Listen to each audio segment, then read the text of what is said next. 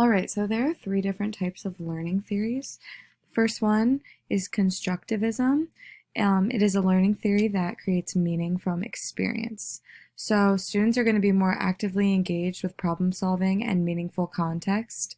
Learning is a lot more meaningful when there's an actual concept that you're able to relate to. Um, and overall, this is just an interactive teaching strategy to create meaningful context that'll help students construct knowledge based on their own experiences. I'm doing a voice. Oh. So then we have the cognitive load theory. This is all founded by John Sweller. He describes the different types of memory and how both are interrelated. He also discusses the three types of cognitive loads. We first have extraneous cognitive load, which is generated by the manner in which information is presented to learners.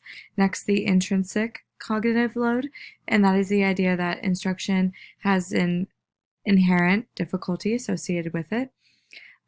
So for example, imagine if you had to listen to somebody tell you how to draw a triangle, or you could actually see a diagram of how a triangle is drawn.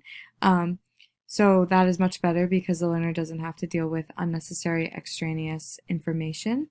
Lastly, we have the germane cognitive load, which is the third kind. It's dedicated to the processing, construction, and automation of schemas. And then our third theory is the multimedia theory, and that's based on three main assumptions. So we have two separate channels, auditory and visual, to process information. And people learn more deeply from words and pictures than just words alone. And humans can only process a finite amount of information in a channel at a time.